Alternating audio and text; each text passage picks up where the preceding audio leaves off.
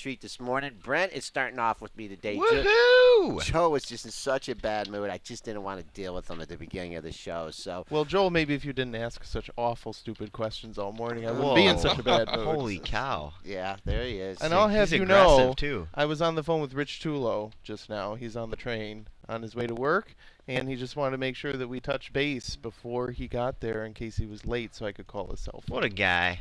What a guy we got. He's fantastic. Rich Tullo, going to be on the show a little bit later. Director of Research at Albert Fried and Company, which we're going to have a good conversation with him. He's got a tough act to follow, though. Is everyone in True. the chat room calmed down from yesterday? I mean, we really got everybody worked up with that interview, but now we're back, and we got a really jam-packed show today. Starting out, we'll say good morning to our good friend Dennis, who is surly but not as surly as Joe today. Dennis, how you doing? What's going on, boys? Lots of retail movers here this morning and last night, I tell you that. That Saucy guy that we had on, he knows his stuff, man. He's all over everything. Even Target falling down here today. That Saucy guy. We got to start becoming Saucy traders. I was going to say, is it safe to say we're jumping aboard the Sazi bandwagon? I was just saying that actually about 10 minutes ago. I should just become a Saucy trader and buy what he says to buy and sell what he says to sell. Because I was looking at it, and even Target I was looking at because he was bearish Target. Literally, like 2 minutes after I said that to you, Brent, Target comes out, gives their financial update here, and the stock's down $2. That guy is a genius.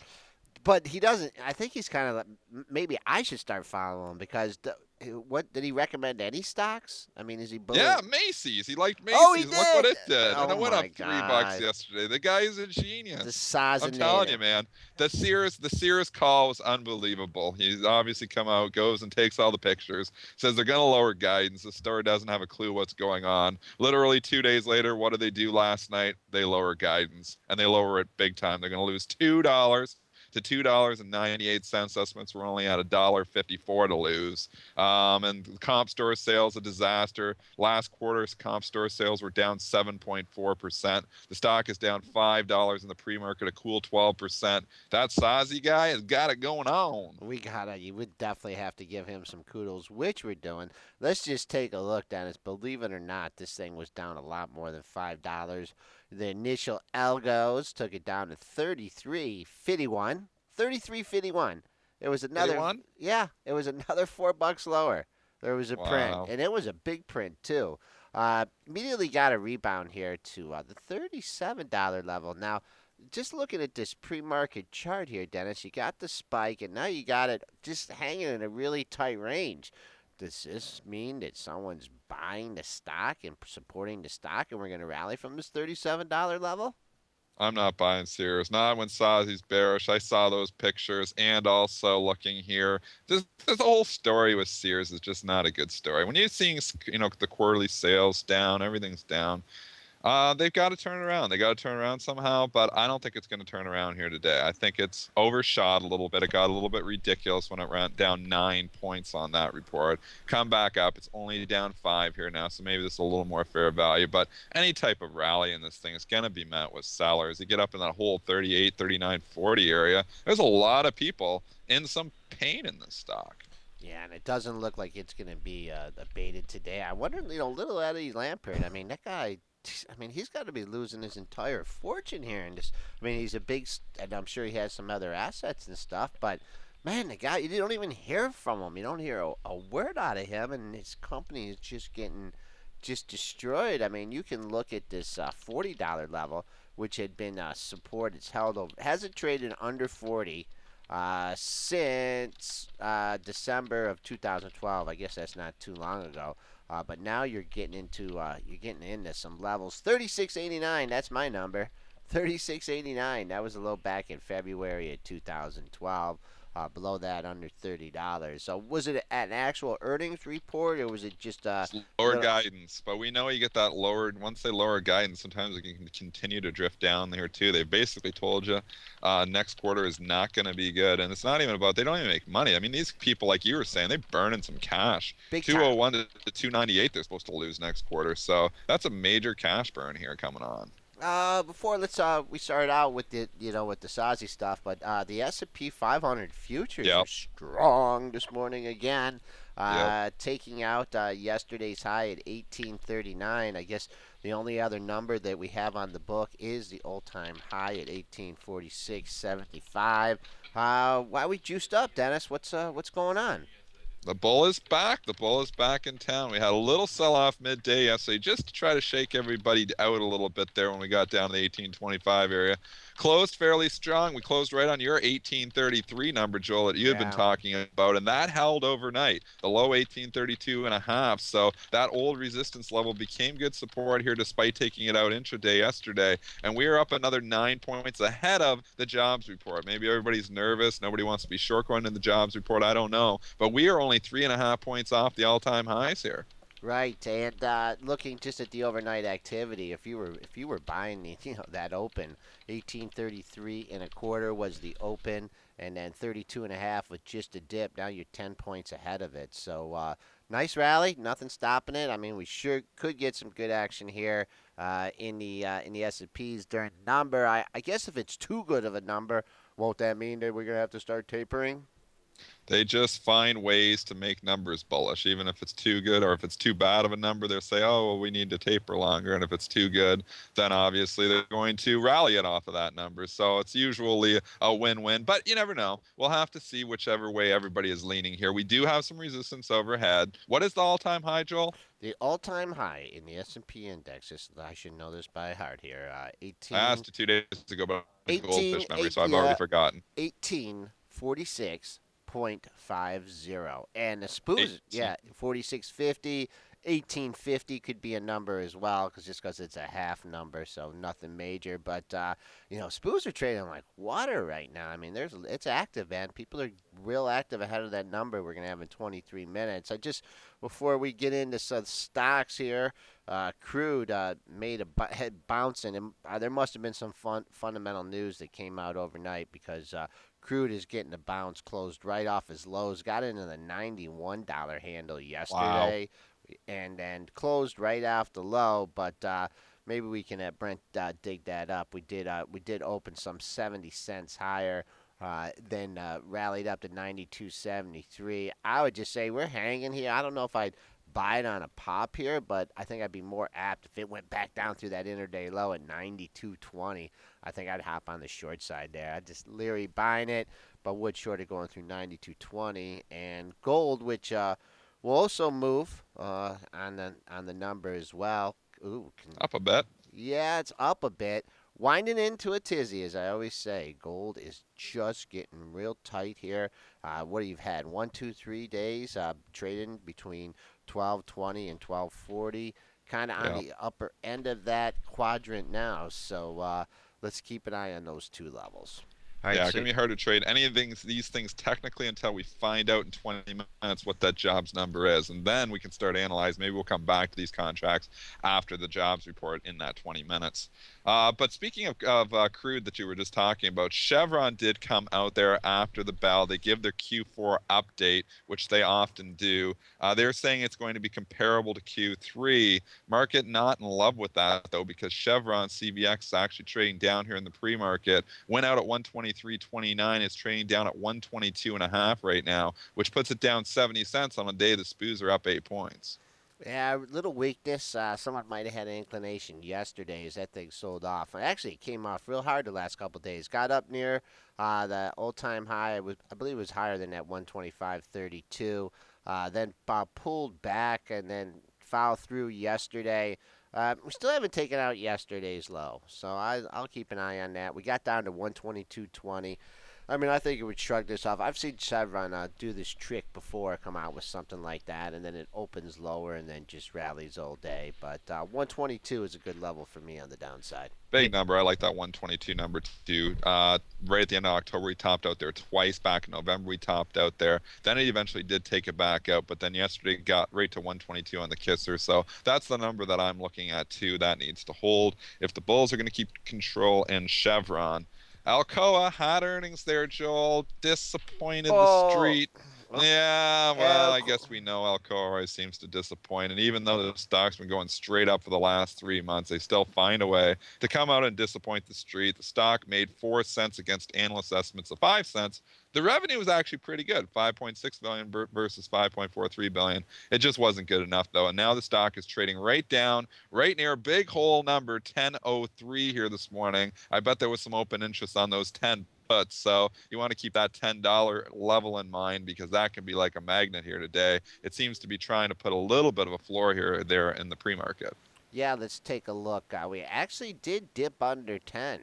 Believe it or not, we got to 985 at 7 a.m. this morning. I mean, anybody that's selling this stock down a buck, I mean, they got to have their head examined here. I mean, that's It just wasn't like a disaster quarter. It does seem a yeah, little bit overdone to me there too.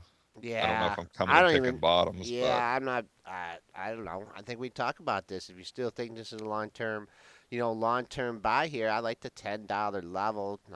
I think there's just gonna be all kinds of stock in there at 10 even. And look, it's yeah. so funny because it takes 1, 2, 3, 4, 5, 10 days to go from $10 to 1080. What was the high of the move? 1077. And in one Mhm. pre-market session, it's back down at the $10 level. Well, Uh, we know what earnings do. Earnings move stocks definitely a lot more than technicals do, and the report was disappointing. That's the bottom line. They missed on the numbers, and nobody wants to see that. Everybody thought this was already going to be maybe the turnaround story here, or one of the turnaround stories for 2014, but it's not starting off with a bang what when you did miss on what the did quarterly Klaus report. what did Klaus. Klaus Kleinfeld have to say? Did he I like your Klaus Kleinfield he- voice, Joel. did he come on? Did he say anything He's interesting? always saying things. I don't know. He didn't say anything too interesting as far as investors should know. Well, that officially kicks off earnings season. It Unif- does. That's you got Alcoa. They start with the double A. They start right at the top of the alphabet. I usually Al- consider the financials next month or next week. I don't know. I think the When you get Alcoa. the Wells and the JP Yeah, I Morgans mean, reporting, I don't yeah. know. That to me, that's kind of a better indication as to where the earnings season is gonna go. Well, we'll find out a little bit more next week as earnings season does continue. But we did get some other guidance and FIVE. Funny, we were talking about that yesterday. That maybe Five Below could see a little bit of pressure there, obviously from the dollar stores disappointing, from the Family Dollar disappointment, and FIVE comes out last night, lowers their Q4 guidance down to 44 to 46 cents. Estimates are up at 51, and they are punishing this stock here in the pre-market. It is down $5.50 right now, trading at 38 even. Wow. Stock went out at 43.59. Man, they gave you a shot yesterday. It got up. We were talking about that 45 being major resistance. I wish I would have put a short on it. Got up to 44.88, so just 12 cents off the resistance that we were talking about. And boom, this would have been a windfall here if you held this thing overnight. Oh man, and plus it's doubled its volume yesterday too. That's amazing. From the eighth to the ninth, 800,000, 1.6 million traded yesterday. I mean, we were just talking about it in passing, just to give some people some plays off the Dollar Tree and the Dollar General, and holy smokes, man, that was one we should have kept up on the screen. Just looking at Yep. the pre-market trading here, they've taken it lower in the session. The low in the pre-market is 36 even, so getting a little bounce. It could be a little bit overdone here. I mean, you don't want to get to be a hero here, but I believe this is a newly IPO'd stock and did have major support here. We'll go to the monthlies to find support. $35. If you want to, if you want to keep an eye on the level here. Well, I'm having problems bringing it up on this computer, but 35. You had several lows back It's in huge. April 35. If it gets that far, that's another $3. I don't know if it has a gas to get there today. April and May and June, July. It had lots of lows there. It's huge support down there at 35. But those dollar stores did turn around there yesterday too, so keep that in mind. FDO yesterday, after reporting that disappointing, it was a guidance yesterday. I always forget already, but I think it was guidance when they lowered. It was the leader anyways, and lowered, and it opened down near the lows. And look at that FDO. It rallied the entire thing back yesterday. So all those losses that I had when it traded down here $61. It rallied throughout the day and closed right up near the highs of 64.97. That was an incredible turnaround in Family Dollar. And it was Bill, actually, you there? yeah, I'm here. Can you hear me? Check, check, Yeah, check. yeah, yeah. I hear you there. Yeah. Check, check. It's the You got weather. the FDO chart?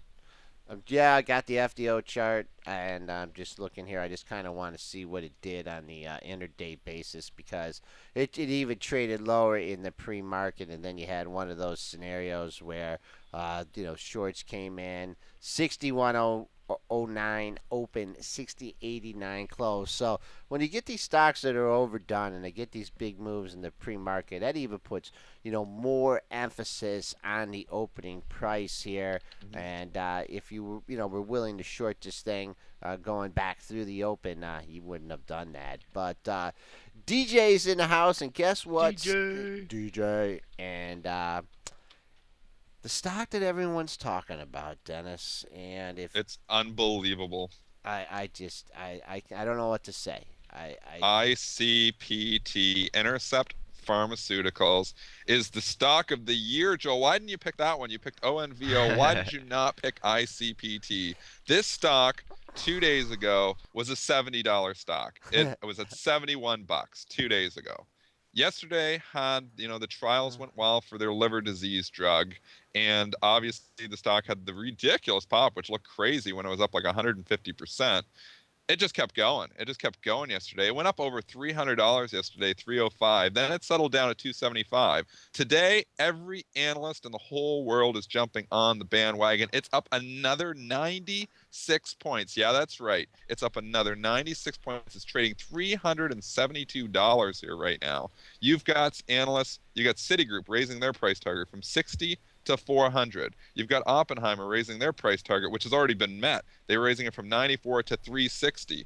This is a good one. Bank of America, I've never seen this before, raising their price target from 81 to $872. I've never seen analysts raise their price target that much on an issue. Brent, you got the story on the details on this this drug. That Bank of America one looks like a typo, doesn't it? yeah. It does. It looks like a typo, but it's not. It's for real. But the Seriously. drug is the drug's the miracle drug. What's the drug, dude? There, Brent. Let's see. So I'm actually looking at the Oppenheimer note right now. The analyst saying the OCA blooms into a robust pipeline. Saying positive updates from lead drug OCA in a variety of liver diseases currently in development. NASH remained in the spotlight following the unexpected morning news, giving the promising results from Flint. We believe OCA has a clear lead in the field and expect Intercept to attract significant interest from big pharma. So he's pointing at the takeover. I think that's a huge part of this story here. Yeah, and this drug, so basically, I guess what this drug is, it's a liver disease drug, but the drug can stop people from having to have liver transplants. It obviously helps with the liver disease, on certain liver disease, that is. So certain people that might have to have a transplant may not have to have it if this drug gets to market. And they're talking this drug could get to market next year. So the trials have went very well, and it's way ahead of schedule. And that's why you're seeing the stock just continue to go up here, and you're seeing this ridiculous price target raise from Bank of America. So I mean, this stock is unbelievable right now. This is the stock to be in. And it's the trial. I mean, name Flint. That's kind of interesting. That's about the first good thing you heard about Flint or Flint, Michigan, even though it just has the name in there. But the trial was going so well they stopped it early. I mean, have you ever heard of that? I was just gonna say that's not totally unheard of. This happens somewhat often, but I mean it's definitely a very very bullish sign. And also, it's a one trick pony, but hey, the trick that it has is just amazing. I can't. I mean, if anybody's holding this in their portfolio, congratulations. Hope you didn't get greedy yesterday and take profits. 386, the only number I can give you. 386 is what we've hit in the pre-market. Since hitting that level, the lowest level it's traded is 361.02. So I guess if you want to look at it from a technical perspective, there's the only two numbers. above 386. I guess it's 800 based on. But I mean, is anybody written? I haven't seen any articles on this yet. But I mean, what is the estimated sales? I mean, of this drug? I mean, that's what they got to be basing this on, right? How much, how much they could have in sales. I mean, the takeover thing is, is another thing. But wow, just amazing move in this thing, and I don't think I've ever seen anything like this. I don't think I've ever seen anything move this quickly here either. So we're in uncharted territory. The stock's probably going to have a 50, 75 point range here again intraday. So if you're trading this thing, it is like gambling here now. Who knows where this thing is going? It's gone to the races. It's hard to chase something when it was only $1 stock days ago, and it's a $373 stock. But I mean, it's trying to find its value. I think that's going to be the question: is how much, if this drug does get to trial, how much are the sales really going to be? Obviously, substantially higher than what we thought 2 days ago. So I don't think they thought this drug was going to get to the market this fast, and it might get to the market next year. Just put it in perspective, the market cap on this company was 1.75 billion 2 days ago. Yesterday, it was 5.3 billion. So it went up and basically gained $4 billion in market cap pretty much just yesterday. It's gaining another $2 billion in market cap here today. There's 20 million shares outstanding. So another 100 points, another 2 billion. So now it's a $7 billion company. So it goes from 1.7 billion up to over $7 billion company here now. So they are pricing this stock, and they are pricing it for maybe perfection. I'm not sure, but wow, this thing is off to the races. And if Bank of America knows what they're talking about, it could even go farther. I got a little valuation in the city note. I'm just going to read from it. A back of the envelope valuation applying a common biotech of 4 times sales multiple projects greater than 1.5 billion in OCA sales. We believe this meaningfully underestimates the drug's potential that we expect could top $5 million per year. Hey, DJ comes up with a good point here, and I don't know anything about this company, but he says I do. Galt Galact. Yeah, I do. I was trying to put on. I'm pissed, or I shouldn't say. I'm peeved about this one because I was trying to put on a call spread yesterday, right near the close, and I Yesterday? just missed it. Yes. I was trying to put on a call spread on the GALT because I knew this was having a sympathy move. DJ, it's a good call. It's piggybacking off the ICPT. I was looking at this one too. You're exactly right. It's piggybacking on the ICPT liver drug here. And I was looking at it and actually pricing it out in the 15 to 17 and a half. I was trying to put it on for 30 cents, which would give me $2.50 upside. So basically I was trying to buy the 15 call for January for next week's expiration and sell the 17 and a half ahead of it. Right at the end of the day, it started coming in, but it was too late. I was trying to put it on for 30 or 35 cents and I just didn't get it on in time. And I didn't want to get lagged on one side. So I missed it. And right near the last few seconds of the day, it did go offer at 30 cents, where you could have bought the 15s for 65 cents and you could have sold the 17 and a halves for 35 cents. So basically just putting it on for 30 cents. Right now that would already be 85 cents in the money for you, but figuring all that, the time premium stuff, it'd be even more for you. So I'm mad that I did not get that on because I was so close to getting that call spread on. And that's different ways you can play these things. So you can say, oh, well, I don't want to come in here and risk, but I was trying to limit my risk to only 30 cents in that play with an upside of $2.50.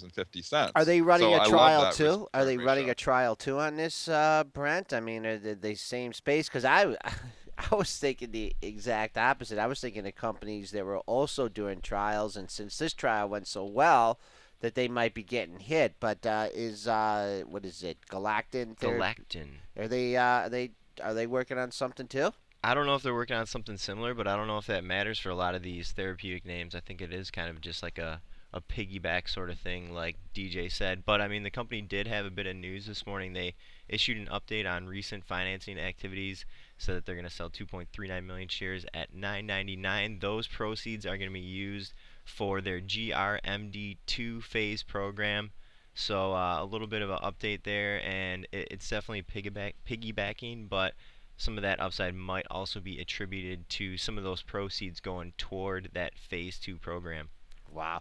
And I don't understand a lot of this pharma stuff, but what they do is they develop galactin inhibitors against NASH liver fibrosis. So they're trying to fight the same disease basically here. Non-alcoholic, I think it stands NASH. I don't know what it stands for. I don't know all this pharma stuff, but all I know is there is a sympathy play there. You're exactly right, DJ, and it was a great call. If you got some of that stock yesterday, great move. It was up another $2 here today, and I'm just mad I didn't get that call spread on Yeah, because I you was were so being close to getting it. you were being penny wise and a pound foolish again, Dennis. Just trying. Oh, I don't want to pay. Oh yeah, I was. I could have put it on for 50 cents all day, but I was like, oh, I'm gonna work it. You know me, I'm too cheap. That's my problem. I'm too cheap. Hey And guys, real quick, Anyways, I need to loop you back into Target before I start getting ready for the jobs numbers coming up in about 3 minutes. Target hitting a morning low at 60.70. The stock closed over 63 bucks. We got an update on that credit card probe.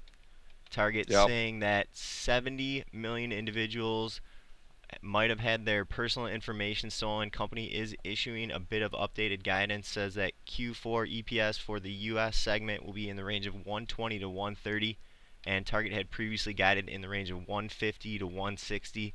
Street is not liking it here this morning. And we got to give Sazi props on this one too, with the updated guidance here from Target, because I'm just reading the financials. They updated their financials here today, and they are lowering the Q4. They're seeing now at $1.20 to $1.30. Estimates were up at $1.50 to $1.60, and Sazi was on there saying he thought Target would lower, and they did. So another good call from that guy. Also, they see 45 cents dilution on the Canada segment, and they had only seen 22 to 32 cents. So there you go. He was even saying, they were having problems in Canada, and 2 days later, they report that they're having a few issues there, obviously, with the Canadian segment. So wow, Sazi, man, he's just all over everything. 60-70 is what we hit in the pre-market, getting to bounce back up to the 62-60 level. So if you thought it was bad being down 74 cent, it was quite a bit lower at 60-70. You'll have to take a look. You'll have to go back a long, long time here to find levels here. But is it people that have Target credit cards, or is there anybody that ever shopped at Target? Actually, one of the analysts here on the desk was just telling me that his bank sent him a new card after he shopped at Target. So it's not necessarily that you have a Target card. It's if you put your debit information into their system. Oh, great. Yep. Okay. That's all right. Yep. Did you shop at Target, Joe? You sound like you were going, oh, great. I mean, I have. I mean, I have it in. I know something. I was at Target. I shopped at Target, I think 3 weeks ago or 4 weeks ago. So I don't know. It's all scary business. You might have missed the boat on that one, Dennis. You might have been. When was it? When was the dates? I couldn't tell you the dates, but it was. I think it was up to 2 months ago. So you might have lucked out. I haven't there. been there in 2 months, so good. Okay, 60.33 is a low that we hit in February, early February of 2013. 60.33. That level that we hit in the pre-market, not quite there. We got to 60.70, so bounced pretty good off that. So keep an eye. I think that buyer's remorse here. If we come back down to the 61 level, you'll find support there, as well as 60.70, and then 60. What did I say? 60.43 was a low also that it had. So keep an eye on those levels if it comes back down. We got this jobs number coming up in 1 minute. I'll try to give you a quick one, though. ANF is actually raising the guidance, Abercrombie and Fitch. Then they lower the guidance like 4 or 5 times in a row, and now they're raising the guidance. And now the stock goes up high points on that raise. $1.55 to $1.65. Estimates were down at $1.47, which I believe had been lowered in the past. So I'm not all that impressed with this guidance raise from Abercrombie and Fitch. But regardless, the market is impressed. The stock is trading up 5 points here in the pre-market, 38.01 right now. Actually traded higher than that in the pre-market, if you can believe that. It got to 39.65, pulling back, consolidating at the $38 level. Looking at this issue, I mean, gets it all back here. You had a high back in November at 38.82. I don't know, Dennis.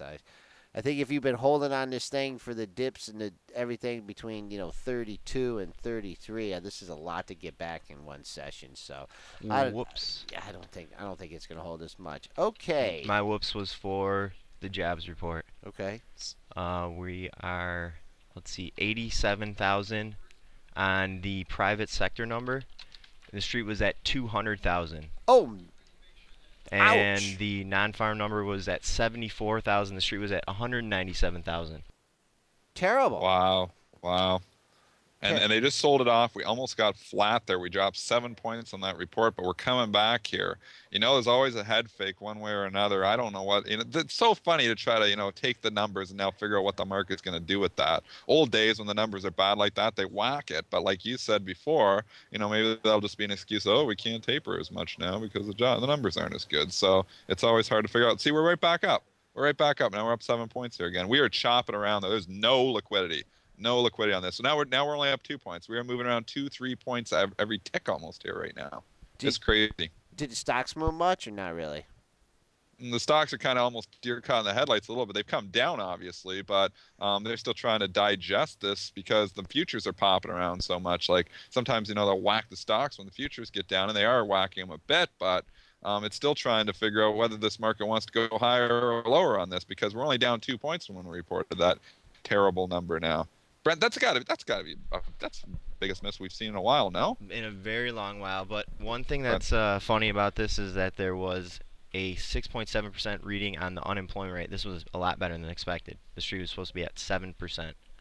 So So I some mean, of the number was okay.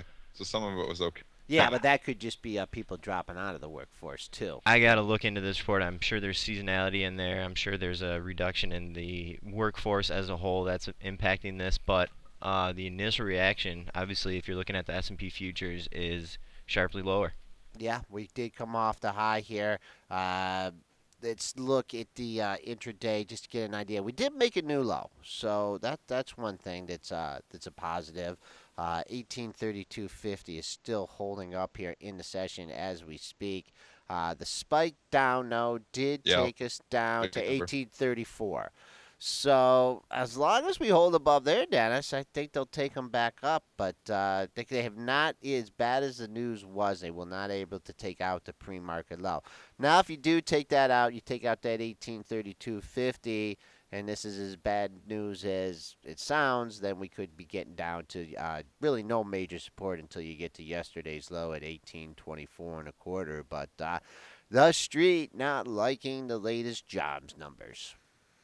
It's starting to drift down to that area. Like I'm just watching the action. So like you said, you had the initial spike down. We popped all the way back up, but now it's a slow, steady drift down there. So you're right. We need to hold that overnight low, 1832 and a half. We take that out, and it could start cascading through handles because there's not that much below that 1832 and a half area. About wow.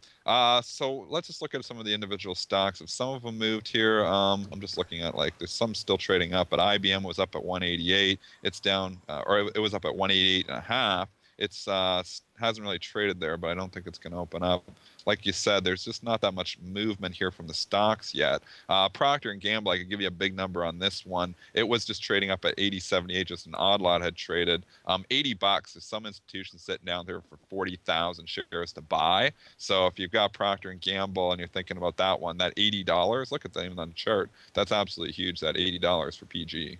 I haven't looked at this one in a while. I did notice that J&J had just a tremendous start to the year, and Procter and Gamble kind of Yeah. lagging here. But let's just take a look at good old PG on the dailies here, see if we can come up with a level. I mean, this is one of those big cap, big stocks that hits levels and bounces, bounces, bounces. 80.03 was the low that you had in yesterday's session. 80.05 was your high on Wednesday. So the high freak certainly in and on that big bid at 80. We'll see. But I mean, kind of came hard off the $85 level and really holding 80. So we'll see if this 80 can hold and be a signal for a rebound.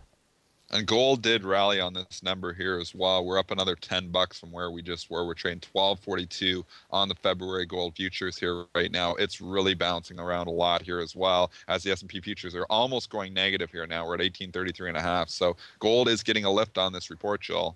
Right, and crude is continued to move north off that strong open here, hit 92.99, trading 92.80. So gold and crude making some moves. Gold, if you want to try this thing from the long side here, you are breaking above that $1240 level. There had been a lot of consolidation here, and it's catching a bid here. You did have a high at 1244.70 in the contract on the 7th, so haven't quite got there yet. 47.70 is another number here, but gold showing some strength as the S&Ps are going negative. Dennis, what are you gonna do Yeah, they're now? taking her down. They're I believe it or not, actually, I've got one stock that I just bought from my portfolio yesterday, and guess what's that? What I bought? I looked at my portfolio, I was analyzing, and I was like, I've been so underweight gold. I need to get in a little bit more gold stocks. And actually, I took a shot on your favorite one, your favorite gold stock, Joel. Newmont, Guess. Newmont. Newmont. I Oh, bought some Newmont yesterday for my portfolio. Bought it at 23.30. I just looking at the chart here, and I was looking at GG, which was breaking out and kind of moving up higher yesterday. And Barrick has really run too. And Newmont's kind of been the laggard here. It's pulled back from 24 and a half just a couple days ago down to the low 23s. I was like, I'm gonna take a shot here. We got lots of support down there in the mid 22s. So I got support below me. I just got this feeling, that maybe that gold, has bottomed here temporarily, and it's looking okay for me today on that investment. It's an investment, and you got a obviously, you got but a little yield there too, right? Little, 3.5%. yeah. Hey, So it's I'm better. looking at that too. I mean, they can cut that. If gold started to fall $100 or $200, Barrick cut their dividend there last year. I mean, Newmont would cut it too. But I don't know if I see the downside in gold here. That we were looking last year was up at 1,600, and it seemed like there could be some downside. But now it's down so low. I don't know. I was thinking before maybe it could go to 1,000, but now they're starting to cut costs of production there too. Maybe some of these companies would be okay. It would really suck, obviously, if it went that low. But I think gold temporarily here has found at least a temporary bottom in this whole 1,200 area. Yeah, what made that low near the end of the year? People just scooping it out of their portfolio at 22.40, and then you sprinted almost $2 up to. You did. You went to 24.54. So the reason you bought it, Dennis, was it had the move up. It went a little bit farther than the 50% retracement, came back to 23.20, 23.40. So you identified that as support, and you're going to give yourself, if it takes out this low at 22.40, what are you going to do? Buy more? Or are you gonna let No, it? I might. I was thinking I might actually get out of it if it takes out to 22.40. I do sometimes cut my losses, even in my investment portfolio. And I was looking. I'm gonna give it a buck probably. I'll give it a little bit through, but starts taking out $22. I'll probably get the hell out. But I think there could be some lift in here. What do you think, Joel? What do you think of that I trade? I like Trade slash investment. I like charts like this. Although, like when ExxonMobil, went down like 19 out of 20 days, I was all over it, buying The the 88, contrarian in you. the 88 weekly calls that went off the board worthless. But, you're going a little bit longer term out. I mean, gold is just a commodity. It makes a lot of crazy moves and stuff. And, maybe this thing's due for a rebound. I'd say that resistance that it hit 4 days ago, the 24.54 level, coincides with two other highs, 24.57 on December 10th, and then you also had a high at 24.60. So it gets above that area, then I'd really get bullish. If it longer it takes to get back above 24.60, the less my enthusiasm would be for the issue. Back to unchanged in the S&Ps, unchanged. 1833, we made a dip down to 1829 even. So the close is going to be the battleground here in the S&P futures. Couple of other upgrades and downgrades to talk about here of note. Pfizer getting downgraded at Cowen and Company here today. The stock is trading down about 22 cents right now. Just ticked down to 30.71. Went out at 30.93. The chart on Pfizer has been fairly strong, but it has found resistance in this whole $31 area. It did take it out yesterday. It was up as high as 31.12. Took it out about 10 sessions ago too. Just got just above 31, but it has struggled here. And maybe Cowen and Company is identifying that a little bit in their note. The technicals here are not that great for Pfizer as it's finding some resistance. Yeah, did sneak over 31 yesterday, 31.12, sold off. I mean, stock's had a pretty nice run. I'm not sure if Cowan knows something that we don't know, but I would say 30.60 to 30.65. Those are the lows of the last two sessions. I'd keep an eye on that as support. Coming back on the pre-market, we're just kind of hanging out on the low. Not a lot of volumes traded. I'm not selling this thing in the hole down 22 cents. Another stock that's sneaking up and was trying to sneak up to new all-time highs there yesterday was Amazon. I believe it actually did make a new all-time high of 406.89. Pulled back, closed kind of weak at 401.01. Susquehanna coming out this morning, raising their price target from 385 up to $500. Chart looks not bad on this. If this thing is start getting up over 410, then you're into uncharted waters here again on Amazon. Pre-market high, just under 404 here. Made a couple attempts at the 404 level. Topped out at 403.83 on a couple occasions. Looking at the chart here, we've been talking about pretty wicked consolidation here between Yeah, 390 and then, the upper end. The former all-time high was 405.63. I don't know, 405. I think it needs to get back before you can consider this a breakout. But really, I mean, you can even go farther back, and it's traded over for the last month. It's traded between 380 and 406. So still consolidating and near the upper end of the range. BlackBerry gets an upgrade from RBC today. This stock just continues to run here. Obviously, we're $6 about a month ago. We're now got over $9 there just 2 days ago. Pulled back a bit there 2 days ago. Kind of had an inside day yesterday, but today is getting a lift again on this RBC upgrade. Nice move yesterday. Did sneak over nine. Hit. Well, that was 2 days ago. It got to Yeah. 912 and pulled back a little bit. Two good lows in there. 836 and 842. Now we're back above, or trying to get back above the $9 level. So keep an eye on that 912. That was the high. In the pre-market, it just hit $9, or was that after hours? No, in the pre-market, someone has a piece at 9 here. We've hit for about an hour between 6:30 and 7:30.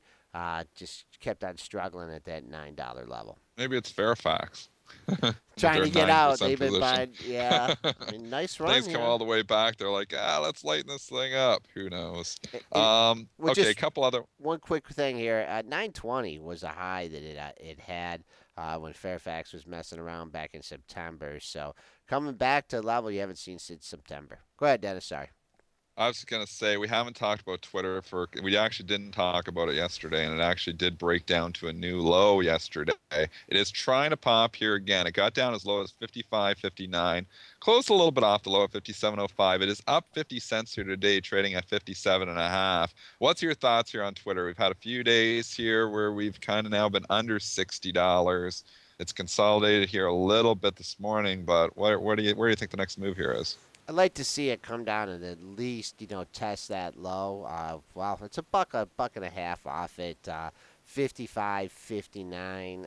I don't know. I mean, I wouldn't. Until this thing gets back in the 60s and close above 60, I think it's kind of hands off. You're looking at this $55 level, and that's where it paused. It had a couple lows, 54.23 to 55. I just don't have a good feel on it. I'm still kind of upset about my weekly 65 puts that you made me cover on Monday. And yeah, I made you cover. And you know what I'm upset about right now is GALT DJ. It's up another dollar here. It's at 17 now. So my 30-cent call spread would be now worth $2 if I would have got that on at the end of the day. Man, you're right. I'm too cheap. I just got to pay the 50 cents and be done with it. And this stock is just popping ridiculously here. Is the ICPT, is it still going up too? It's about the same, but man, they're all over this GALT now here. I don't know where this thing's going to stop, but this thing's gone into parabolic move here as well. It's up $3.50 now, up 25% GALT. Yeah, maybe we should have DJ as a guest on the show. He makes some pretty good Yeah, calls. that was a good one. That was a good one for sure. So we're about a minute here. We're gonna go get Rich Tullo here in just a second. But the S&P futures have climbed back into positive territory. We're up 4.5, 5 points now. So they are shrugging this off once again, and we are going higher. Okay, all right. We'll take a quick break and we'll be back with Rich.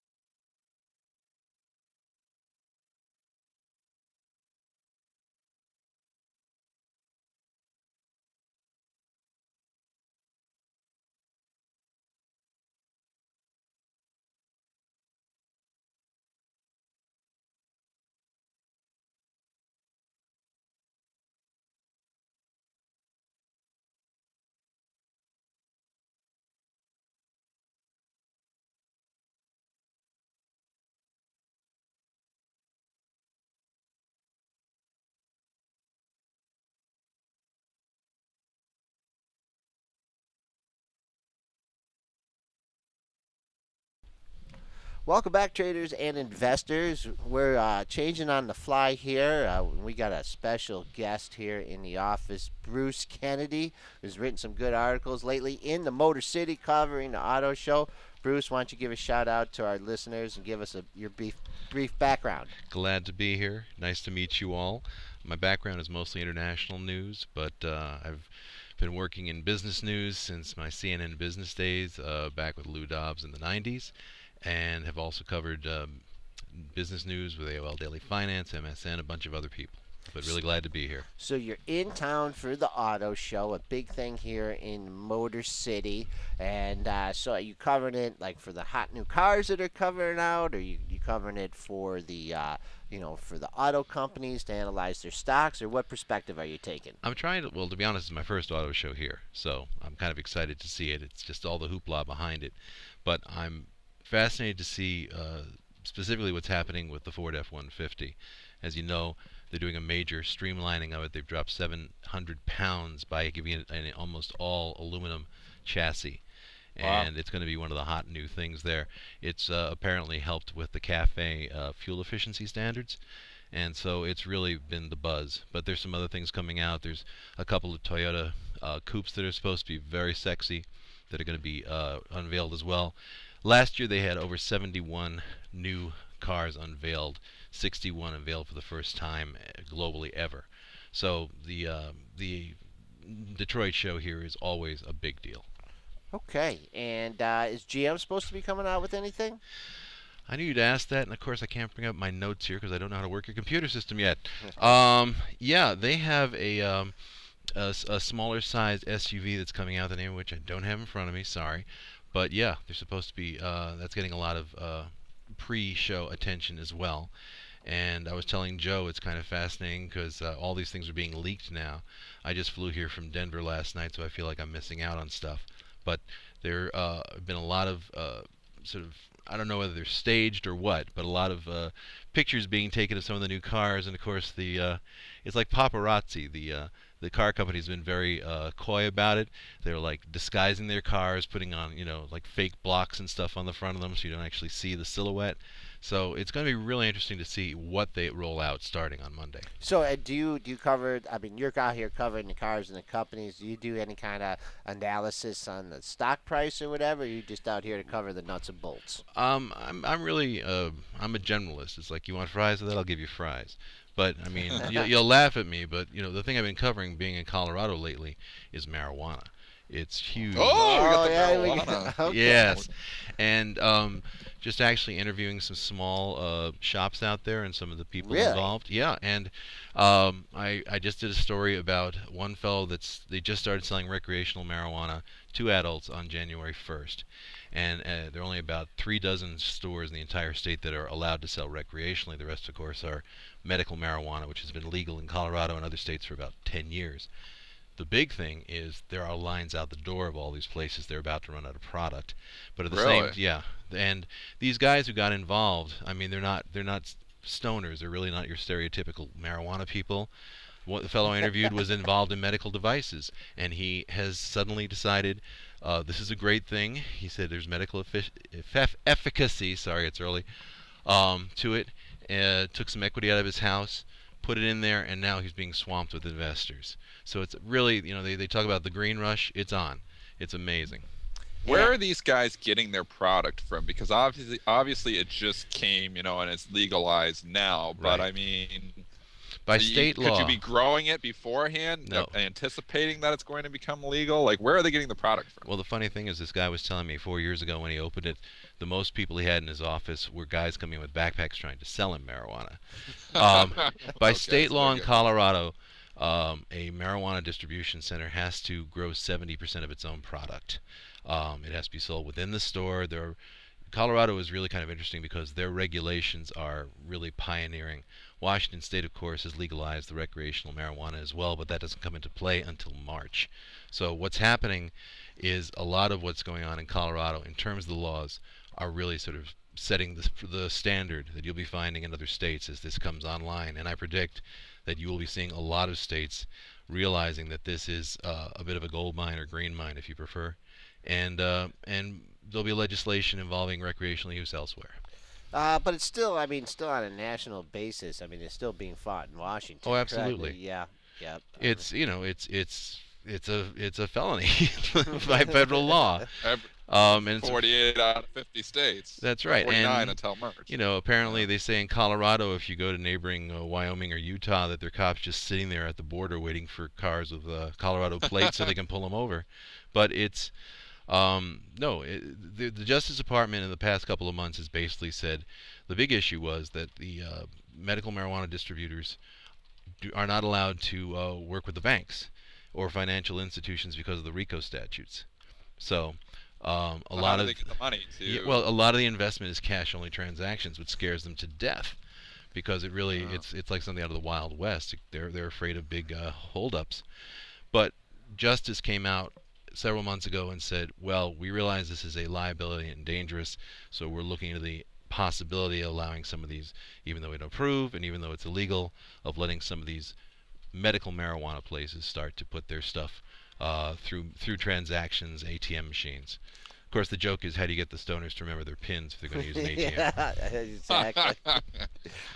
You had a real nice article in MSN Money, and you were talking about pics from the pink sheets, Yes, and sir. so I don't know how we're gonna do on symbols here. I mean, it might be okay, but there's really well. Speaking of marijuana stocks, there are a lot of them that are in the pink sheets. Hmm. Number one, but you didn't evaluate. I mean, the pink sheets. You have to say it kind of has like a negative connotation. Yes, sir. If it gets to that point, or I mean, companies are listed OTC or the pink sheets for different reasons, notorious market makers. But could you talk a little bit about that article and how you What? came to get your picks for pink Why don't you sheets? start with the one? I'm looking at your picks right now here, and you picked one pot stock. You got it's the symbols PHOT.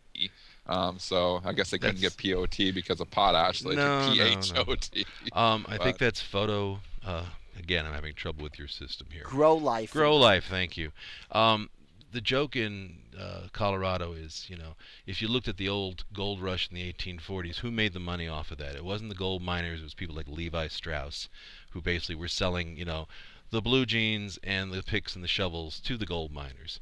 Grow Life and other stocks like that are ancillary stocks that are basically selling all the stuff you need to grow marijuana to these people. And they're cleaning up because it is being bought not only by companies trying to do it, and they have football-sized grow facilities, I've been in there, but also by small people. You're allowed by Colorado law to grow 6 plants on your own in your house. So the LED market right now is huge. They've discovered that LEDs are really Right. good for plants. And basically anything involving hydroponics, growing with water, is also a big stock right now. Okay. All right. And some of your other picks from the pink sheets. Well, we listed on there, and I think it was more for uh, a general audience that you have a lot of foreign companies that are on the pink sheets Okay. that are there because they don't want to have to deal with the SEC. So companies like Toyota, I'm sorry, like Nissan, ignore that. Nissan, Fiat, Volkswagen, Fannie Mae, of course, and Freddie Mac because they were seized by the government and had to delist on the New York Stock Exchange. Again, Let's EA. talk about the. Let's talk about Freddie Mac and Fannie Mae. I've talked to some investors that have been interested in that. I mean, they have some crazy moves and then kind of consolidate for a while. I know one big fund manager. Who was it? Brent? Was it like Ackman or somebody I know took a pretty big investment in Freddie Mac? What do you see for Freddie Mac and Fannie Mae? I'll be honest, I'm going to claim ignorance. I'm watching from the sidelines as well. Um, it's fascinating to me that you have these two huge institutions that basically have been pushed aside. I have no idea where it's going to be going the next couple of months. I'm sorry not to sound more expert, but Okay. I don't know. Okay. All right. like Well, these stocks, obviously pretty much diluted to nothing, were they not, by the government, obviously, when and basically taken over. So I don't know what you're getting. Like, are you getting the actual equity? Or are you just getting like the smallest portion of it because it's pretty much entirely owned by the government, is it not now? Well, it is, and that's that's the $64 question.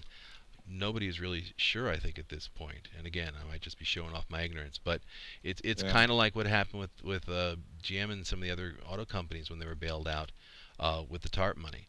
We're waiting to see if they emerge from this or not. Apparently, you have more than $187 billion in taxpayer-supplied bailout funds that kept Freddie and Fannie viable, and they have paid back over 185 billion, a million, sorry, of that in dividends. So it might be a really slow process. It might take a couple of years. Okay, you picked. I see one of your stocks on here is Nissan. Nissan Motor Company ADR having a little bit of a problem pulling it up on my system here, but my backup system and stocks had a little bit of a run, kind of volatile because it is an ADR trading OTC. But what's your outlook for this company? It seems strong. I mean, all the automotive companies are doing incredibly well. GM just announced record sales in China. Everybody is trying to really get in there. Of course, the fascinating thing with Nissan and the other Japanese automakers is because of the political tension right now going on between China and Japan over this set of islands in the East China Sea, the what the Japanese call the Senkaku and what the Chinese call the Diaoyu Islands. There's been a lot of violence against Japanese auto dealers in China. And as a show of nationalism, a lot of sales have gone down. So they're just finally getting that back to normal. But any sort of glitch that could happen with this international situation could cause another round. But of course, that's been really good for GM. Okay, yeah, this was flicking through your choices there. If you folks get a chance on MSN Money, is his article 10 Big Name Stocks at Off-Market I Prices. think that's also on Benzinga, to be honest. Okay, well, I meant it. What am I? Slap me. Everyone's slapping me around here. Extend your wrist. Okay, Samsung I see is on here. They're in constant battle with Apple and patents and everything. What's your outlook for that stock? Um, I would say strong. As you said, you had a federal court jury last year that ordered Samsung to pay over $1 billion in damages to Apple. But Samsung has really kind of become the king of the mobile phone industry, not just smartphones, but mobile phones in general. And they really have come from behind. I think a lot of people always thought of them as an also ran, but they seem to have really gotten the jump on Apple and the others. Okay, all right. And you also mentioned before you hopped on that you pharma I can't Pharmaceuticals? pharmaceutical There we go. stocks. Joel still has trouble with the S's a little bit. I understand. It's early, man. Believe me. Huh. Uh, well, we've been looking at Amarin, which is kind of interesting, and they have a ruling that's supposed to come out next week. They have this drug called Visipa, which has it's basically a super fish oil prescription strength fish oil pill. They had clinical trials that were approved by the FDA, but then were sort of rescinded by the FDA, and this has set off this whole across the blogosphere conspiracy theory that big pharma is somehow trying to prevent, with the statin market, trying to prevent some sort of competition coming in. So I'm waiting to see what happens next week on the 15th when there's supposed to be another FDA ruling on this. Okay, do you you don't make any recommendations in stocks and things like that, right? So you don't do you? I mean, from your research and everything, every once in a while, do you play options into things, or you pretty much stay away from the things? I am purely an observer. I do not get involved. I don't have the money to be honest, but yeah, I Okay, stay back. okay, all right, Bruce. Well, thanks for filling in for us here and giving us an outlook. Kind of good timing, and we look forward to your future articles on Benzinga. Thank you very much. My pleasure. Thank you. Thanks, Bruce. We're going to take a quick break here, and I'm going to have Rich Tullo. We finally found Rich, so we'll be back in 1 minute.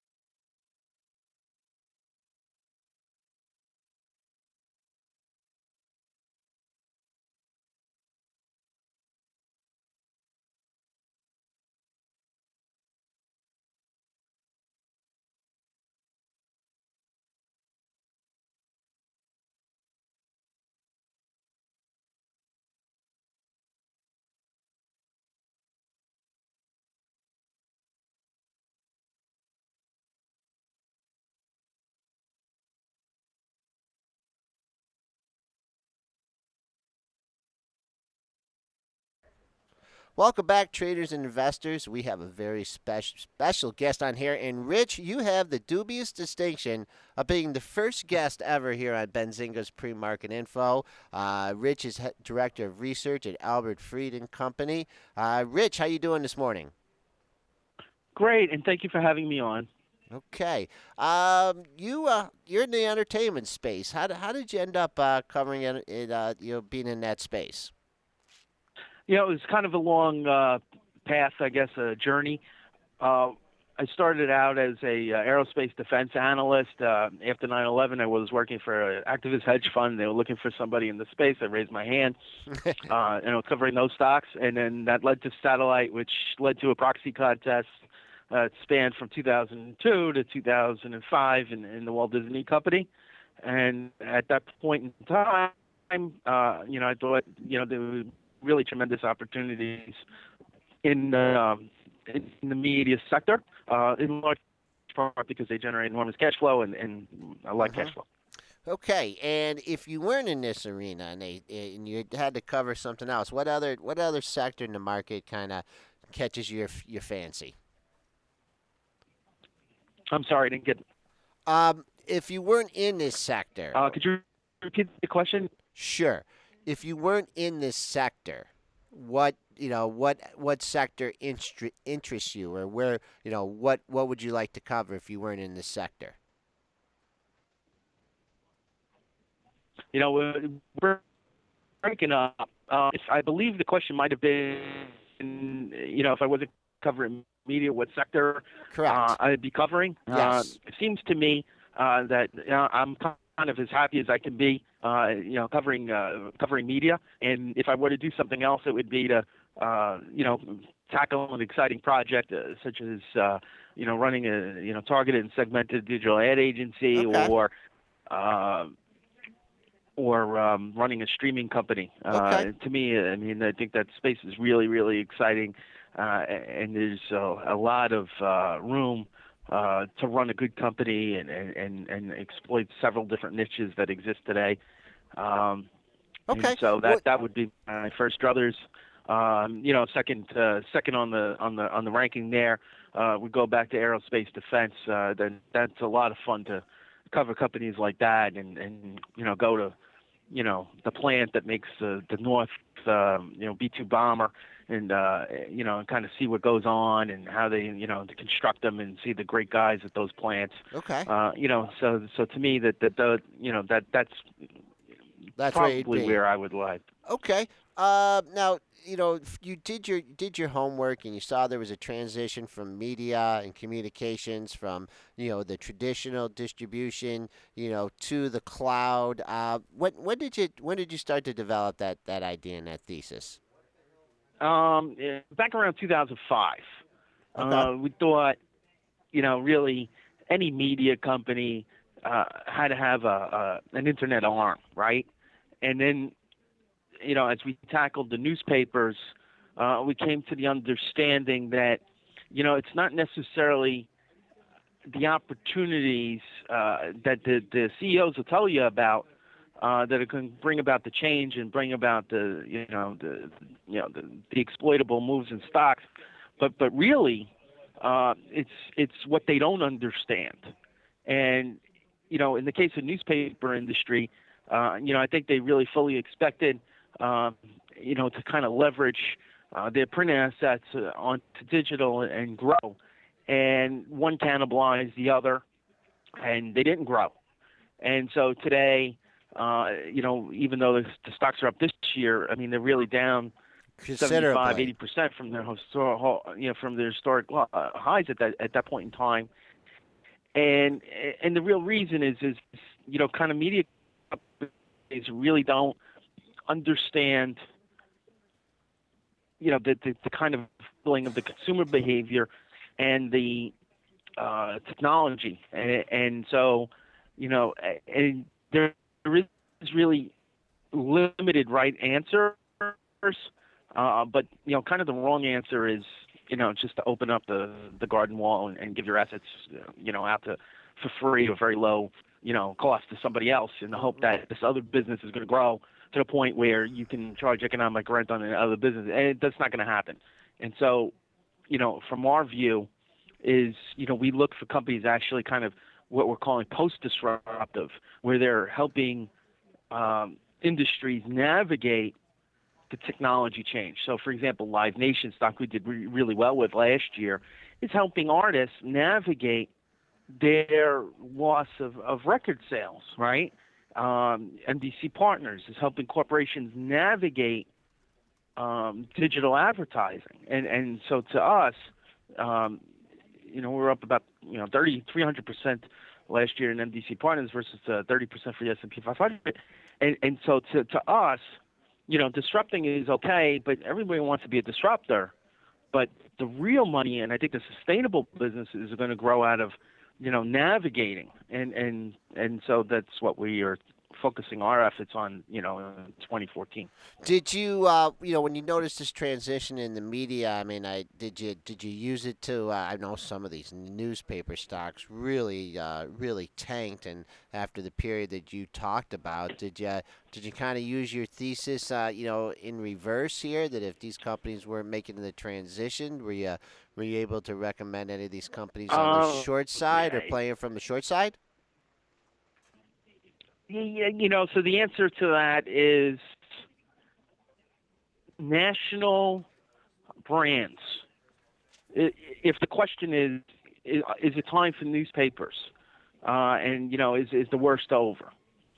The answer to that is national brands are in a better position than local papers for the following reason: is that they can grow at a larger scope than their home market, and therefore, while it's not a terrific business today, the Wall Street Journal and New York Times and maybe USA Today are in a lot better shape than, let's say, the Washington Post, which is largely a regional paper in Washington, D.C., and they can really break out of the status of being a local paper. Didn't Buffett buy the Washington Post? Or was no, it that Bezos? was actually Jeff Bezos. Yeah. So Bezos. if it doesn't, All right. yeah. What do you think his thesis was behind that? Yeah, I think his thesis was behind it is that he's a good operator of a business. There are ways I think you can kind of manage those businesses on a very organic basis, going back to the old model of charging for the paper, making papers, and charging for the subscription and generating cash flow. And then, if you look at what Bezos has done with some of his sideline bets, whether it's with Amazon or outside Amazon, IMBD, he's exploited databases. Mm-hmm. And so the Washington Post has got a good database, right? All the sports, all the, political columns and all that kind of thing. And if they can create an IMBD type of project, is what Amazon does in, kind of understand it's the database of the movie industry. If they can do that with politics, then that creates a different business that's synergistic with the traditional business, and that makes a lot of sense. Okay. All right. So let's go on to some of the stocks that you're covering, and one of them is Pandora. And you had a price target of 23 on that, and it's trading considerably above that level. Yeah, it's last month is I guess last month 6 weeks it's outstripped our price target, and we're going to be very careful how we look at Pandora on a go forward basis. The stock is very expensive. The company is challenged in that they can't really control the cost of content. So the company is in a position where they have to grow the top line roughly 50% annually or more in order to absorb the escalations in their content expense efficiently, right? And so there's some levers they could pull on the content expense side, which we've seen over the last 2 quarters, which has muted that blow.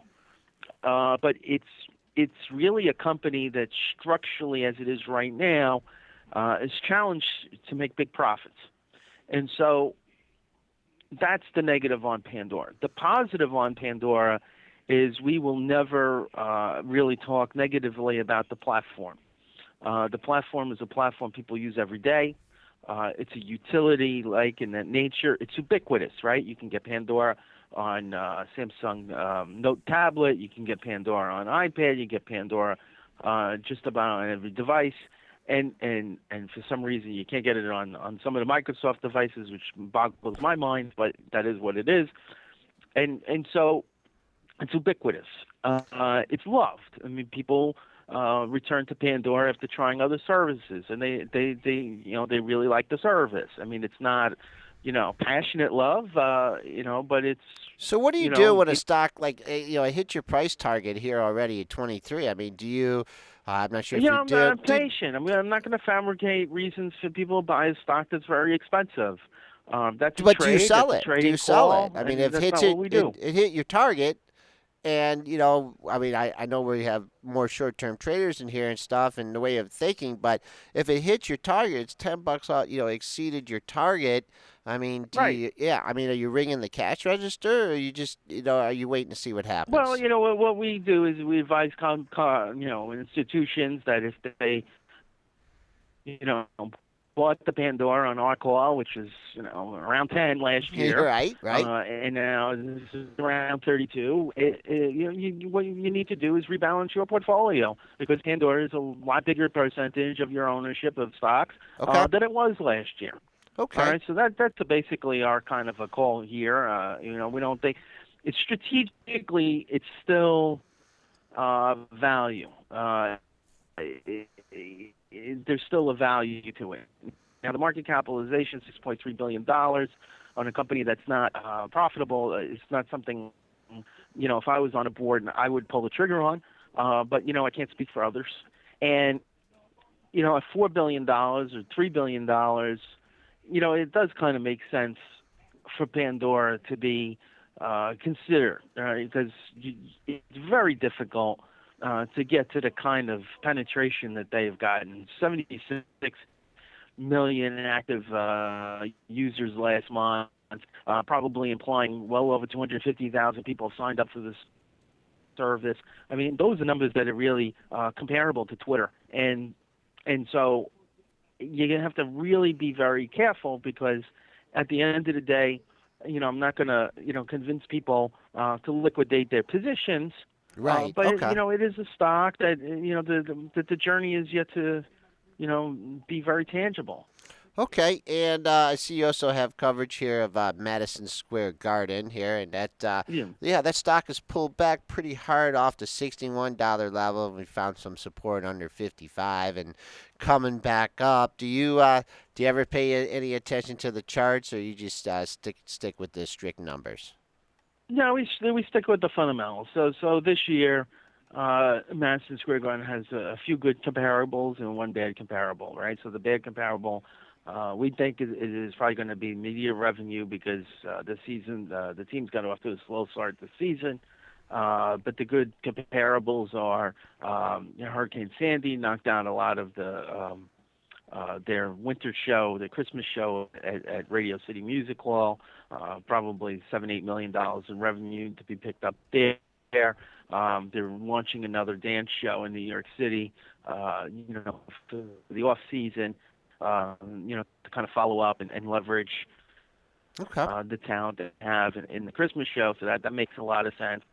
It's the first full year that the new renovated garden, the transformed garden, is open. So, there's a lot more leverage points in the business, whether it's from sponsorships and advertising to the food courts, where, they're really going after more wallet when you go to the game and, basically turning the garden into your only destination point that night instead of, going to the garden and going to a pub or something in the local area to spend money. And so that's a pretty good position to be in. Ultimately, we think this is a business where it's not predicated on winning, but winning does provide the upside. So we'll have to kind of see where they stand at the end of the year if they get into the playoffs with both teams, because that's going to be a $40 million headwind, largely offset by having the Garden open for concerts and events this summer, which would probably be about $27 million tailwind. So, you can kind of see where, where the stock is trading at right now is, I would say, somewhat of a value. We would like it to be a little lower to back up the truck, but pull the truck into the loading dock at $56, and kind of wait around for That's a risk. the merchandise. Just kind of be prepared. Is that if they have a bad quarter and the stock trades down to 50, that you really need to be buying that company at that price in our view. Okay, just to close out the broadcast, Apple Radio. I mean, we talk about a potential threat to Pandora, and Apple just seems to be, not coming out with many new products or anything. Do you think like Apple Radio could potentially hurt Pandora? We think the pie is growing, so there's enough room for Pandora, iTunes, Spotify, Pandora, Spotify, and iHeartRadio. And so, in this growing market where iTunes is manifesting itself, is that it's making it harder for Pandora to grow. It's not taking share from Pandora as such. Okay, where I think you're going to see iTunes exploit growth is in kind of the second tier services. I guess Rich Greenfield talks about all the time. Songza, there's RDO, Mog, those kind of services are I think the ones. Songster, those are the ones that are kind of in the headlights with iTunes, and I think Pandora is kind of has its niche, and iTunes I think benefits from really broad deployment on hundreds of millions of phones and tablets around the world, and so I don't necessarily think it's a me versus them kind of situation with iTunes Radio. I will say this: Pandora needs, in my view, more platforms outside of music in audio in order to get to be a truly highly profitable company. Right now they have comedy, but I think really what we need to be looking at is news and sports. If they make moves in those genres, that's probably good long term, because people, one of the reasons why the stock is up 10 points is people talk about the opportunity in automobiles, vehicles. That opportunity is not as great as you think it is. All right, about 45% of radio is in the car. This is true, right? Arbitron has said that. Nielsen has said that. Other people have said that. Okay, but what they listen to in the car is significantly different than what they listen to at the home. What they listen to in the car, maybe 50% is sports and talk.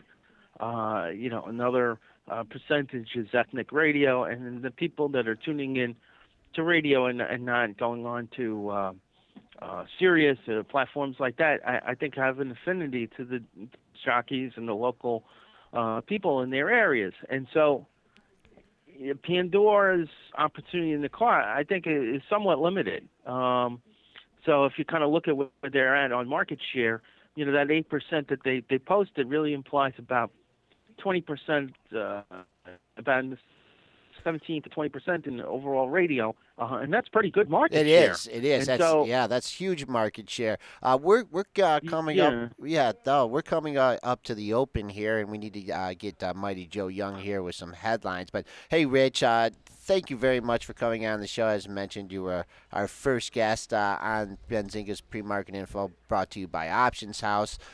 Thank you very much, Rich, for coming in. We'll keep an eye on these stocks and some of the targets that you set, and we'd like to have you on again. All right, thank you so much. Appreciate it. Okay, have a good day. Okay, we're gonna get Mighty Joe Young here is going to slip in some headlines for us. Always great to have Rich Tullo on the show, isn't it?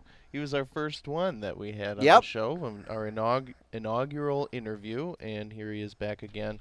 Rich, we'll have you on again soon. Sorry about he got stuck on the train. That's why he wasn't scheduled, or that's why he wasn't on time today. So we had to track him down. No big deal though. Anyways, moving into today's headlines, which I will cover through the opening bell. Google is dipping its toes into the world of online gaming, having announced an update to its service infrastructure that will support a multiplayer mode. Google Play Services, a background app common to all certified Android devices, runs as a hub to stock Google apps, providing developers with integration and cloud-based interaction. Detailed in a post at the Android developer blog, Google Play Services has been updated with support for turn-based online multiplayer apps such as role-playing games, as well as board games and quizzes. Up to 8 players are supported with moves uploaded to Google Play servers and shared with other participants.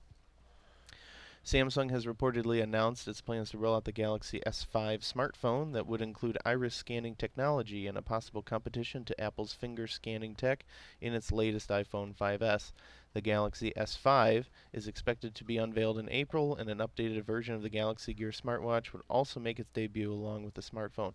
How ironic is that? iPhone 5S, Galaxy S5. Huh? Huh? So in case you're dyslexic, you'll wind up with the other one. No? Alright, crickets. Daimler says its Mercedes-Benz luxury cars had a record year in 2013, boosted by new models and stronger sales in its biggest market, the United States. But the Stuttgart-based car maker saw sales decline in its home market, Germany. Mercedes sold 1.462 million cars last year worldwide, an increase of 10.7%. Sales in the U.S., the company's largest single market, grew 14% to 312,534 units. Yet Germany was off 2.2% for the year. The brand said Friday that it also had its best ever December, with sales up 11.2% at 139,180. Did you get one, Joel? Nope. No, I didn't get one either. Ford Motor Marketing Chief Jim Farley on Thursday apologized for a remark he made Wednesday, saying the Dearborn automaker tracks customers through in-car navigation devices. Joel, listen up. Farley, the headliner of this week's Consumer Electronics Show in Las Vegas, said Ford knows where and when customers drive their vehicles, but does not sell that information to third parties. We know everyone who breaks the law. We know when they're doing it, Farley said, according to a report in Business Insider. We have GPS in your car, so we know what you're doing. By the way, we don't supply that data to anyone. Ford on Thursday denounced those comments. Excuse me. Ford is absolutely committed to protecting our customers' privacy, company spokesman Wes Sherwood said. We do not track our customers. No data is transmitted from the vehicle without the customer's express consent. Customers give consent when they use a navigation or voice-activated system. TechCrunch reports that earlier this week, Yahoo acquired AV8, a startup that taps the apps on your smartphone to bring up information at the moment that it's relevant. Mayer suggested that Yahoo could use AV8's technology to deliver its content in ways that are smarter and more personalized. For example, she said that your home screen could automatically show you stock quotes at the beginning of the day instead of forcing you to open a finance app. The deal was worth reportedly $80 million. On Thursday, retailer L Brands, the parent company of Victoria's Secret, Bath & Body Works, and La Senza, lowered its earnings estimate for the next quarter. Family Dollar Stores, a discount retailer, did the same. Both companies blamed deep holiday discounts for squeezing profits. Our core customers continue to face economic uncertainties, and the promotional environment intensified. Howard Levine or Levine? Do we have to do this again? Is there an E on the end? There is an E on the end. Levine. Howard Levine, chief executive of Family Dollar Stores, said in a statement, plagued by slow sales throughout 2013, stores rolled out aggressive discounts and extended their shopping hours during the holidays, offering deeper concessions as the season continued. Meanwhile, customers were careful with their budgets, shopping online in record numbers and taking advantage of free shipping deals. In what one expert on the internet privacy calls a worst-case scenario, a Massachusetts man was jailed for sending his ex-girlfriend, who had a restraining order against him, an email invitation to join Google+. But Thomas Gagnon contends he didn't send it, Google did, without his knowledge or consent. When his ex-girlfriend received the invitation, according to the Salem News, she went to the police, complaining that Gagnon had violated the restraining order by sending her the email. Police agreed and arrested him, the news reported. He was jailed and then released on a $500 bail. No? You don't have anything, Joel? Google. I always have problems with those Google Docs. Google. Meryl Streep has blasted Walt Disney for being a gender bigot. The actress hit out at the business magnate while speaking at the Hollywood Foreign Press Association Gala in New York City on Tuesday, not Thursday, where she was invited to honor Emma Thompson for her portrait of Mary Poppins creator P.L. Travers in Saving Mr. Banks. Streep praised Thompson, but then used her 9-minute speech to throw in some subtle digs at Walt Disney, who she branded as a hideous anti-Semite. According to Variety, Streep quoted animator Ward Kimball as saying he didn't trust women or cats. She then read out a letter written by Walt Disney's company in 1938 to an aspiring female animator which said, "Women do not do any of the creative work in connection with preparing the cartoons for the screen, as that task is performed entirely by young men." Ooh-ah, ooh-ah. Piling on Walt. That's right. So that wraps it up for today's editorial headlines. A reminder, ladies and gentlemen, that the show would not be possible without our dear friends at OptionsHouse, who will give you 150 commission-free trades just for signing up for an account through this page. There's links at the top, at the bottom right. Go ahead, make a click, sign up for an account through OptionsHouse, get 150 commission-free trades just because you listened to Benzinga's pre-market info. And with that, I'm going to hand it over to Brent, because poor Jake is out of the office, not feeling too well today.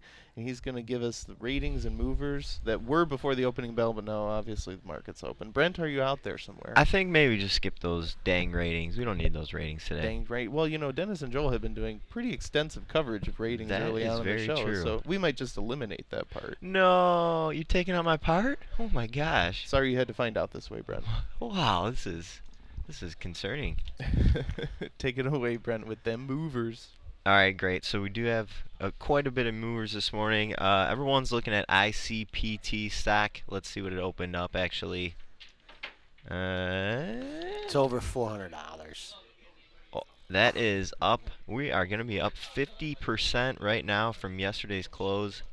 And the stock closed higher. Let's see. Only 281% yesterday. Apparently the move is not over in this one. Nonetheless, like to give traders out there a quick heads up on a couple other stocks that are moving on this Intercept Pharma crazy rally here. Watching shares of GALT, that is Golf Alpha Lima Tango. We talked about this one a little bit earlier. Galactin Therapeutics stock's up another 24% today. Did have a bit of news, but it seems like it's mostly kind of a sympathy play with Intercept. Stock closed higher 60% yesterday, now over 16 bucks, actually nearing 17 bucks at last check. One more that is also seems to be moving on the Intercept is one called Canitas Pharmaceuticals, that is ticker Charlie November Alpha Tango CNAT.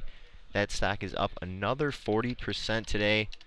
Stock closed higher almost 60% yesterday. So this Intercept news is doing huge things for Intercept investors out there, but it's also sparked this major rally in this liver sector here.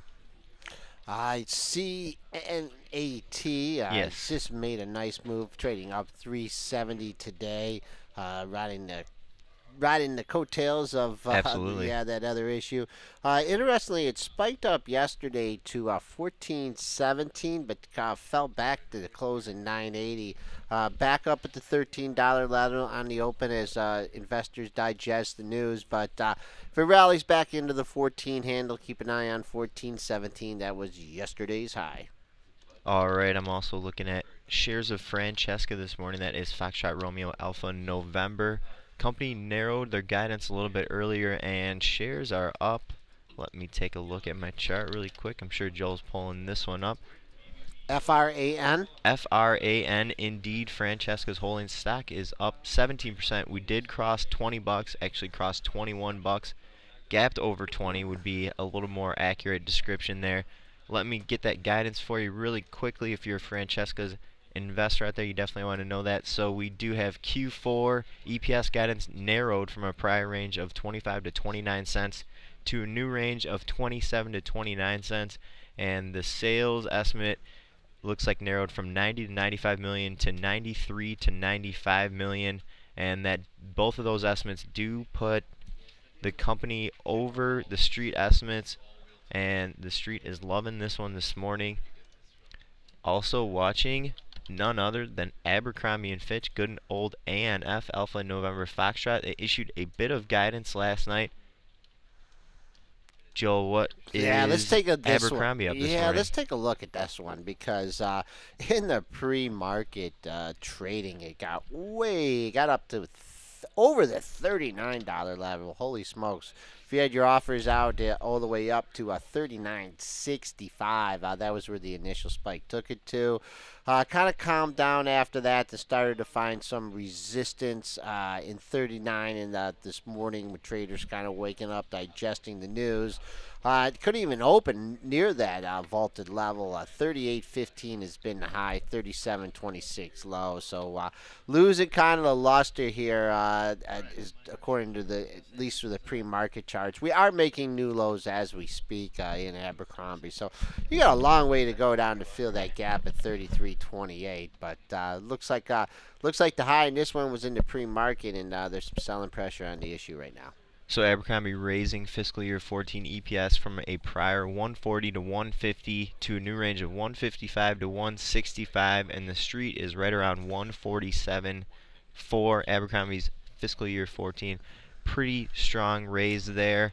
I think I'm going to have to move on to some of the downs. I do have a couple other upside moves this morning, but it looks like we're sort of winding down on our time here. Watching shares of BV, that is Bizarre Voice, stock down 16% in the pre-market session.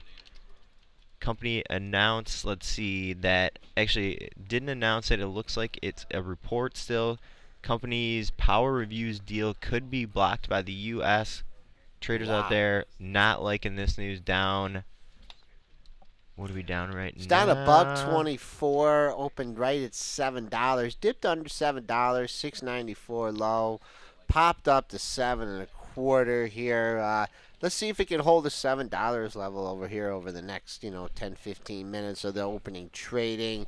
If in fact you get above that 7.25 level, you got a gap to fill all the way up to 7.86. So people will be looking at selling to that area as they're caught long this thing. This thing's been coming down for quite a while, and now the bad news is pushed it to a level that we haven't seen in this issue. We came back down to 7. We traded 6.96 back in mid-December here. So here's a former support level if someone's short out here looking to bring this stock in. All right, so this next one is going to be kind of on the other side of the pharma group. We're seeing Galactin, we're seeing Intercept surging higher today. Mankind shares, we have Mankind shares down about 12%. The company issued a tentative date of April 1st, 2014 for their FDUFA review. That is when an advisory panel set out by the FDA kind of goes out there and does different checks on efficacy, safety, and then they vote on a recommendation for final approval to the FDA. The FDA does not have to take that recommendation necessarily, but they usually do, and apparently this April 1st date was probably a little bit later than the street was expecting. So I guess that's why they're selling it this morning. I'm checking out the press release right now, and I'm not seeing a ton of other data in that release. It really just looks like the market is kind of reacting to this potentially late FDUFA date. Yeah, look at that. There were some people banking yesterday that it was going to be a lot sooner here as the stock catapulted over 7 to 7.21. Came back, still closed over the $7 level, but not liking that news from the FDA today. Opened 666, ticked 1 penny higher, and then it's been down. 602 was yesterday's low. We dipped down to 590. So if you want this thing to have a chance to go back and trade in sixes, you need to hold this 590 low that it made. If not, you could be dropping into the lower 540s. Had three lows between 538 and 543. Next one on my list of downside movers is Sears, the good old Shield, Sandy Hotel Lima Delta. It seems like, if you ask me, it seems like Sears and Target Management both listening to the show this week heard Sazi and they're like, oh yeah, sure, we'll placate Sazi here. Let's put out some bad news. So Sears last night issuing some total same-store sales on a year-to-date and quarter-to-date basis. Same-store sales year-to-date at Sears were down 3.9%. Quarter-to-date down 7.4%. The company did issue a bit of guidance also. Says expecting Q4 loss in the range of, get ready for this one, Joel, $2.01 to Wow. $2.98 per share. And if you take that back to a GAAP basis, the loss was $2.35 to $3.39 per share. A bunch of items in there. Street on the adjusted figure is currently looking for a $1.54 per share loss. Sears shares are trading down more than 10% this morning. Getting pounded here. Let's take a look at this one was kind of interesting. You did open up right at the $38 level. It kind of had creeped up there in the pre-market and opened right there. It was consolidating, and then boom, there was just no one. Whoever didn't sell on that opening print surely sold right after. Took it down to 36.07. I know we got a crazy print in the pre-market way down at 33.51. I don't Wow, think we'll I didn't see see that. that one. Yeah, I don't think we'll see that today.